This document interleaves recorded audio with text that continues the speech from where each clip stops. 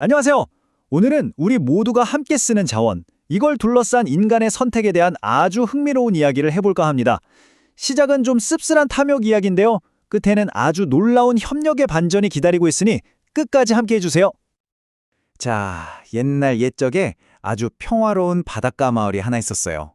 그런데 이 평화롭던 마을에 비극이 닥치는데 그 시작은 바로 욕심 많은 어부 한 명 때문이었습니다.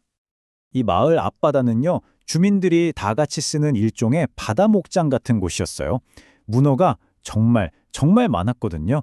그래서 마을 사람들은 욕심내지 않고 딱 먹고 살 만큼만 문어를 잡았죠. 덕분에 모두가 풍족하게 아무 문제 없이 잘 지내고 있었어요. 뭐랄까, 정말 완벽한 균형 상태였던 거죠. 그런데 이 완벽했던 균형이 한순간에 와르르 무너집니다. 아까 말했던 그 욕심 많은 어부가 말이죠. 자기 목보다 훨씬 더 많은 문어를 잡아서 다른 마을에 팔기 시작한 거예요. 돈을 좀 더 벌어보겠다고 말이죠. 저 사람 돈 좀 버네? 이걸 본 다른 사람들도 가만히 있을 리가 없죠. 야, 나만 손해볼 수는 없지 하면서 너도 나도 더 많은 문어를 잡기 시작했어요. 어차피 내가 안 잡아도 다른 누군가가 다 잡아갈 텐데 뭐 어때? 이런 생각이었겠죠.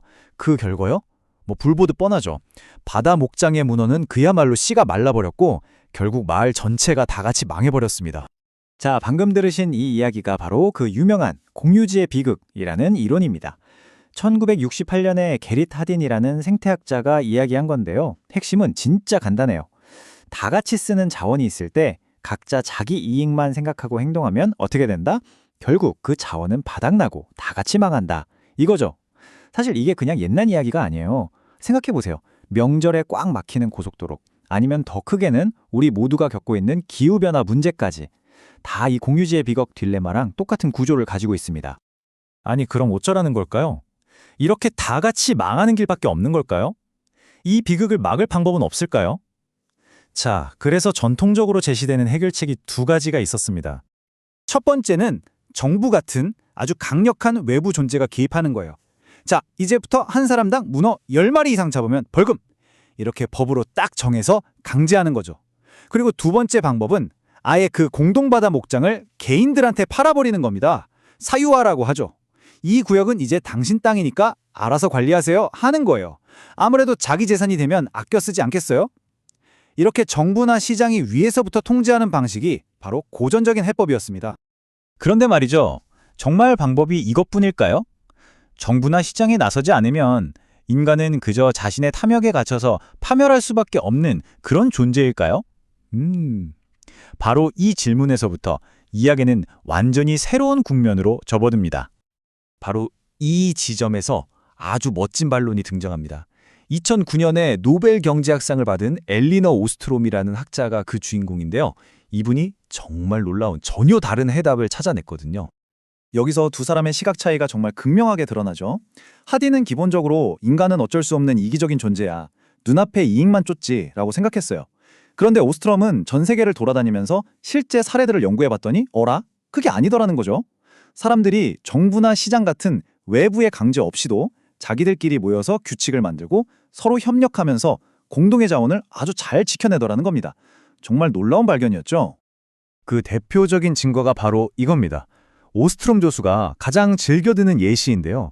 미국 메인주에 사는 랍스터 어부들 이야기예요. 1920년도에 이 동네도 남핵 때문에 랍스터가 거의 멸종될 뻔했어요. 그때 정부가 나선 게 아니고요. 어부들이 직접 나섰습니다. 자기들끼리 모여서 아주 촘촘한 규칙들을 만들었어요. 이를 빌면 너무 어린 랍스터는 절대 잡지 말자. 알벤 암컷은 무조건 놔두자. 심지어는 우리 모두 똑같은 모양의 통발만 쓰자. 이런 식으로요. 결과가 어땠을까요? 정말 놀랍게도 주변의 다른 어장들이 다 망해 나갈 때 이 메인주의 어장만큼은 수십 년이 지난 지금까지도 아주 풍요롭게 유지되고 있다는 겁니다. 바로 이 말 한마디에 오스트롬 교수의 모든 연구가 담겨 있다고 생각해요. 사람들의 삶을 들여다보면 장기적인 관점에서 공동의 문제를 해결하기 위해 자발적으로 협력하는 모습도 많이 관찰할 수 있습니다.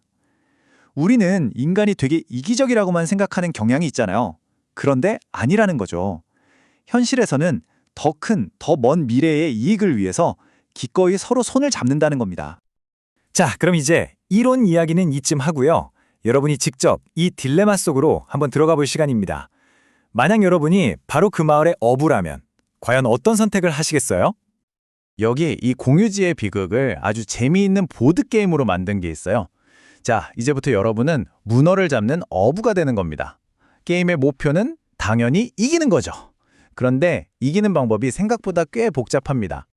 이 게임의 승리 조건이 정말 기가 막힙니다. 표를 한번 보실까요? 만약에 플레이어들이 전부 욕심을 부려서 게임이 3라운드 만에 끝나버린다? 즉, 문어가 씨가 마른다. 그러면 문어를 제일 적게 잡은 사람이 이겨요. 가장 착했던 사람이 승리하는 거죠. 그런데 반대로 모두가 힘을 합쳐서 자원을 잘 관리하고 게임을 10라운드 이상 길게 끌고 가면 그때는 문어를 가장 많이 잡은 사람이 최종 승자가 됩니다. 자, 감이 오시죠? 눈앞에 이익만 쫓아서 욕심 부리면 지고 다 같이 협력해서 판을 길게 봐야 크게 이길 수 있다는 것. 이게 바로 이 게임의 핵심입니다. 자, 그럼 마지막으로 여러분께 묻겠습니다. 여러분이 이 게임에 참가한 어부라면 어떤 선택을 하시겠습니까? 당장 눈앞의 이익을 위해 일단 잡고 보시겠어요? 아니면 더 큰 승리를 위해 다른 사람들을 믿고 협력의 길을 택하시겠어요?